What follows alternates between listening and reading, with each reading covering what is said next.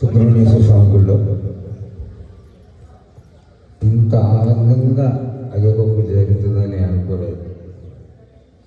కోయిల సంవత్సరం అన్నీ ఏర్పాటు చేసుకున్నాడు మా యోగి. నిజంగా నాకు ఆ రోజు కొంచెం దుఃఖం కలిగింది. ఏమమ్మా మాట్లాడుకోకు, మైకులకి ఇస్తా.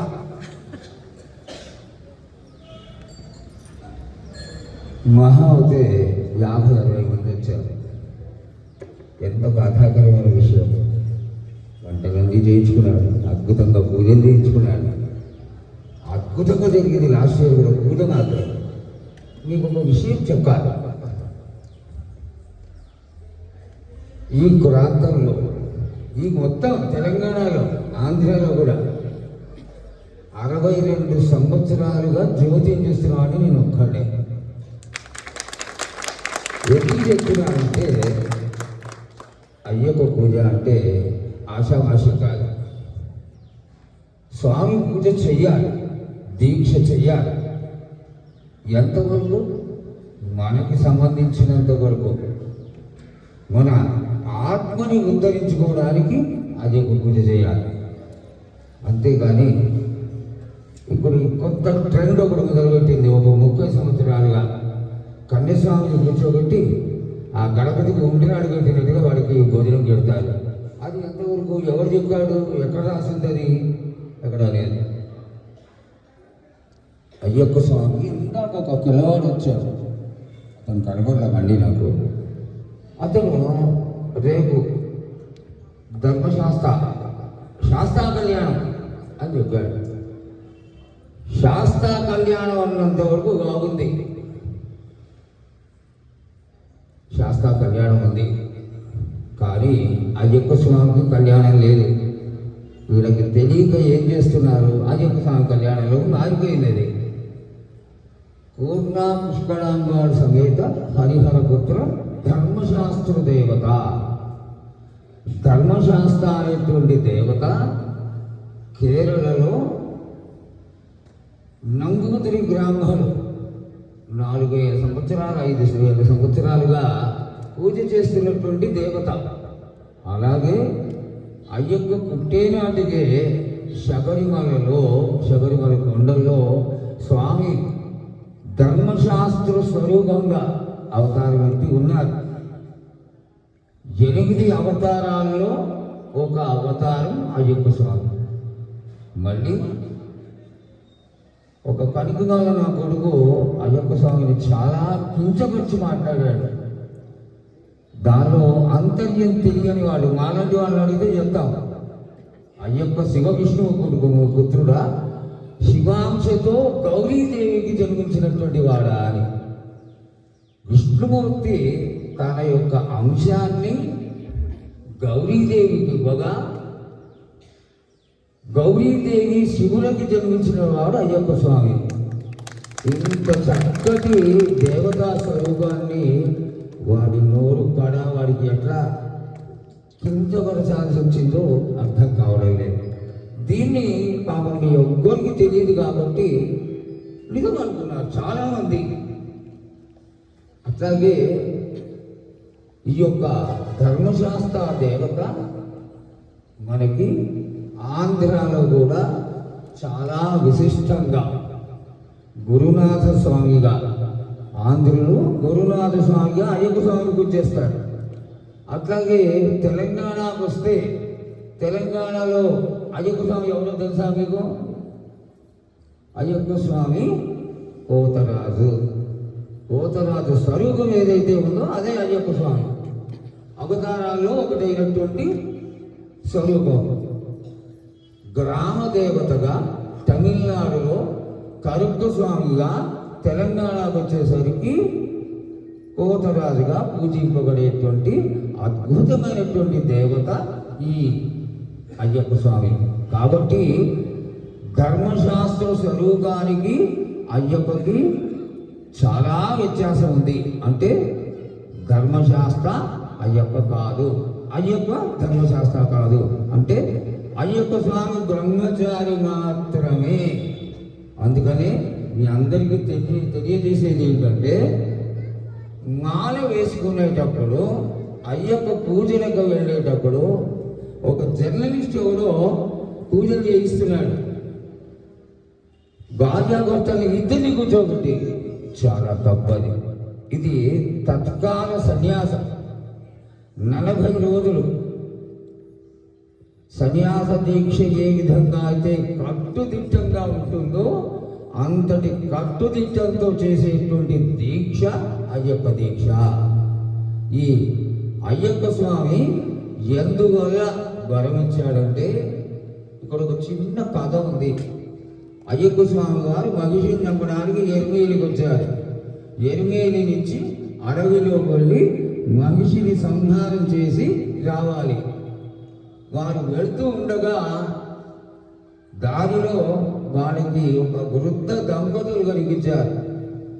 ఆ వృద్ధ దంపతులు తపస్సు చేసుకుంటూ అమ్మవారి ఉపాసనాపరులై ఆ వానప్రస్థాశ్రమంలో అక్కడ ఉంటున్నారు. వాళ్ళ ఇంటికి ఈయన వెళ్ళారు. అయ్యప్ప స్వామి, నాకు ఆకలిస్తుంది, ఏమన్నా పెట్టండి అన్నారు. ఈ 12 ఏళ్ళ గాలు వాళ్ళ దగ్గర ఏమీ లేదు పాపం. అప్పుడు వాళ్ళు ఎదురు బియ్యం ఏరి ఆ ఎదురు బియ్యంతో గంజి కాసి ఈ అయ్యప్ప స్వామికి తాగిచ్చారు. తాగిచ్చినప్పుడు స్వామివారు చాలా సంతోషపడిపోయి ఆ ఎదురు బియ్యాన్ని అరబ భాషలో కంగు అంటారు. ఆ కంగే ఆ వంశానికి పేరుగా మారి కంగంగుడిగా మారింది. ఆ కంగంగుడి కుటుంబీకులు ఎవరైతే ఉన్నారో వాళ్ళు అయ్యప్ప పూజ చేస్తే స్వామివారు వారి పైకి ఆవాహింపబడతారు. ఆవాహింపబడినటువంటి అయ్యప్ప స్వామి కేరళలో అరాచకాలని, హైందవ మతేతరులని సంహరించడానికి ఉపయోగపడేటువంటి ఒక అద్భుతమైనటువంటి పూజ ఇది. ఈ పూజలో స్వామివారు రావడం ఇంచుమించుగా ఈ బ్రిటిషర్స్, ఆంగ్లో ఇండియన్స్ వీళ్ళందరూ వచ్చి దాడులు చేసినప్పుడు వాళ్ళ నుంచి ఈ హైందవులందరూ కాపాడుకొనడానికని శాస్త్రాప్రీతి పూజ అనేది మొదలుపెట్టారు. ఆ విధంగా మొదలుపెట్టినటువంటి అయ్యప్ప పూజలో ఈ కమ్మంగుడి వంశస్థులకి అయ్యప్ప స్వామి ఒంటిపైకి రావడం, వచ్చి ఆ ప్రాంతాన్నంతా కూడా కాపాడడం స్వామివారు చేస్తూ ఉండడం వల్ల శాస్త్రాప్రీతి పూజ మధ్యాహ్నం చేస్తే ఈ విధంగా శాస్త్రాప్రీతి పూజ. దీనిలో విశేషం ఏంటంటే, ఈ మాత్రం పూజ చేసేస్తే అయిపోలా. అక్కడ అరిటాకుల కట్ట కట్టి దానికి పూజ చేసి గంధం గుంధం పెట్టి స్వామి సన్నిధిలో పెడతారు. పెట్టినప్పుడు ఈ కమ్మంగుడి వంశీకులు కానీ లేకపోతే నన్ను గడిచపాడంటారు. అంటే శబరిమల 18 మెట్ల పైన అయ్యప్ప స్వామి వచ్చేటువంటి స్థానాన్ని గడిచపాడంటారు. అది దక్షిణ భారతదేశంలో నా ఒక్కడికే అయ్యప్ప స్వామి వస్తారు. 22 సంవత్సరాలు నేను శబరిమల గడిచపాడుగా ఉండి 62 సంవత్సరాలుగా శబరిమలకు వెళుతూ ఈ యొక్క అయ్యప్ప స్వామి గురించి చాలా విశేషంగా రీసెర్చ్ చేశారు. అయితే ఈ యొక్క స్థానాల్లో కూర్చోబెట్టినటువంటి పెద్ద మనిషికి అయ్యప్ప స్వామి వచ్చిన తర్వాత అక్కడ కూడా చాలా విశేషంగా ఉంటుంది. ఈ క్రియ చూడాలంటే రేపు 3వ తారీఖున మా ఇంట్లో శాస్త్రాప్రీతి పూజ శాస్త్రీయంగా ఎట్లా జరుగుతుందో మీరు అందరూ వచ్చి చూడవచ్చు. 12:30కి మహానివేదన జరిపి స్వామిని మలయాళ భాషలతో శ్లోకాలతోటి ఆవాహింపచేస్తారు. ఆవాహింపచేసినప్పుడు స్వామివారు రావడం, వచ్చి ఆ అరిటాకుల కట్టని ఒక పెద్ద మనిషికి అందజేయడం, అందజేసిన తర్వాత అన్న సంతర్పణ మొదలవుతుంది. అన్న దానం కాదు, దానం చేయగలిగినటువంటి గొప్పవాడు ఎవడూ లేడు. అన్నాన్ని దానం అని అనకూడదు. అన్న సంతర్పణ అన్నారు. అన్న సంతర్పణ జరగడం మొదలవుతుంది. ఇక్కడ విశేషం ఏంటంటే ఆ పెద్ద మనిషికి ఎందుకు ఇస్తారు అంటే ఆ పెద్ద మనిషి భోజనం ఆఖరణ చేయాలి. ఎందువల్ల చేయాలి అంటే స్వామి ఆకుల కట్ట ఇచ్చినందువల్ల అన్నం సస్యశ్యామలమై 10 మంది తినే అన్నాన్ని 20 మంది తినడం, అక్షయ పాత్రగా మారడం, ఇవన్నీ జరుగుతుంటాయి విశేషాలు. కానీ ఎప్పుడు అంటే పూర్తిగా ట్రెడిషనల్గా చేసినప్పుడే 4 గంటలకి మేము అన్నం పెడతామంటే అది కుదరదు. అట్లాగే దీన్ని శాస్త్రాభివృద్ధి పూజ అని ఎట్లా అంటారంటే సాయంత్రం పూట చేసేటట్టయితే దాన్ని కానుక పూజ అంటారు. అల్పాహారం అంటాం మనం. అల్పాహారం, కొద్ది ఆహారం, లావాటి ఆహారం ఇవన్నీ పనికిరావు. అయ్యొక పూజకి కొన్ని నియమాలు ఉన్నాయి. అదొక పెద్ద సబ్జెక్టు. ఆ సబ్జెక్టుని దయచేసి తెలుసుకోండి.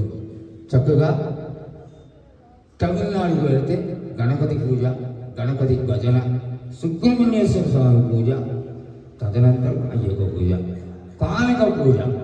అల్పాహారాన్ని సేవించి అల్పాహారం మాత్రమే, అల్పాహారం పేరుతో ఇక్కడ దాకా తిని హాయిగా పడుకొని నిద్రపోతే పొద్దున 7 గంటల వరకు పడుకోవడం ఇట్లాంటివన్నీ పనికిరావు.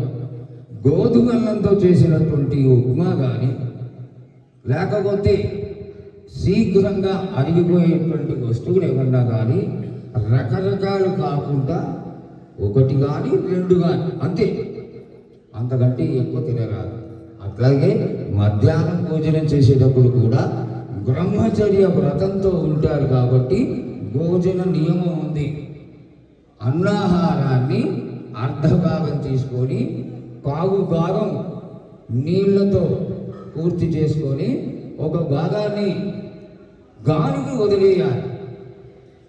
చక్కం పోగొట్టినట్టుగా 56 ఆహార పదార్థాలు ఇవన్నీ వేసి తీసుకుంటే మీరు దీక్ష చేసిన సమయంలో ఒళ్ళు లాగెక్కిపోతారు. ఒళ్ళు లాగెక్కిపోవడం కోసం చేసేటువంటి దీక్ష కాదు ఇది. దీక్షాకాలంలో యోగానికి సంబంధించినటువంటి అద్భుతమైనటువంటి దీక్ష. ఇంతటి దీక్షని మీరందరూ చక్కగా చేసుకోవాలని, 3వ తారీఖు మా ఇంటికి తప్పకుండా మీరందరూ పూజకు రావాలని ఆశిస్తూ, ఈ సంవత్సరం నేను 60 సంవత్సరాల క్రింద నుంచి కేరళలో నా అసోసియేట్స్ ఎవరైతే ఉన్నారో గజలు పాడడానికి మీరు ఎవ్వరూ వినుండరు. ఆయన 84 సంవత్సరాల వాడు. అది ఈ రోజుకి ఎట్లా ఉంటాడంటే యోగి అంటే యోగి. ఆయన బాలు అని నా మిత్రుడు. అట్లాగే ఆయన తమ్ముడు రామనాథన్, అతను మ్యూజిక్ డైరెక్టర్. వీళ్ళిద్దరూ మన యొక్క సికింద్రాబాద్లో వాళ్ళ నాన్నగారితో మేమందరం శబరిమలకి వెళ్ళేవాళ్ళం. ఆయన పేరు హరిహర అయ్యర్. అట్లాగే కాలా భాస్కర్ అయ్యర్, లాస్ట్ వెలించపాడం శబరిమల. ఆయన ఈ బ్యాచ్ అంతా కలిసి కూడా 600 మంది శబరిమలకి ఇరుముడి కట్టుకొని ఎరుమీరి దారిగా నడిచి వెళ్ళి 14 సాయంత్రం నేను మొట్టమొదటిగా తిరువాభరణాలు వచ్చినప్పుడు చూస్తే 5,000 మంది, మహా అయితే 6,000 మంది ఉండేవాళ్ళు. వాళ్ళు ఆ స్వామి దర్శనం చేసుకున్న తర్వాత ఈ 600 మంది 500 మంది కూడా సరిగ్గా గుడి ముందర 18 మెట్ల ముందర నిలబడి గంట సేపు భజన జరిగేది. అయిన తర్వాత అక్కడ కర్పూరం వెలిగించడం మా వంతు. మేమందరం కలిసి కర్పూరం వెలిగిస్తే ఆ కర్పూరం వెలిగిన తర్వాత అందరం పైకి వెళ్ళి అనన్య సామాన్యమైనటువంటి అద్భుతమైనటువంటి పూజా విధులన్నీ శబరిమలలో జరిగాయి. వాటిని అన్నింటినీ ఈ రోజున ఆ కమ్యూనిస్ట్ గవర్నమెంట్ నాశనం చేసేసి కేవలం డబ్బే ప్రధానంగా చేసి స్వామిని చూడలేకుండా చేస్తున్నారు. కాబట్టి కేవలం రష్ ఉన్న సమయంలో కాకుండా రష్ లేని సమయంలో అందరం వెళ్ళి స్వామి దర్శనం చేసుకుంటాం. స్వామి క్షిప్ర ప్రసాది, శరణఘోషం చెప్పినంత మాత్రాన స్వామి కరుణిస్తారు. అటువంటి దేవతా స్వరూపాన్ని చక్కగా ఆయన మనని ఎల్లవేళలా ఆశీర్వదించే విధంగా ఆశీర్వదిస్తారని అందరినీ కోరుకుంటూ కాలాతీతం అవుతుంది. భోజనాల తర్వాత హారతి అయిన తర్వాత భోజనాలు ఒక చక్కటి పాట. స్వామి కొన్నయ్యప్ప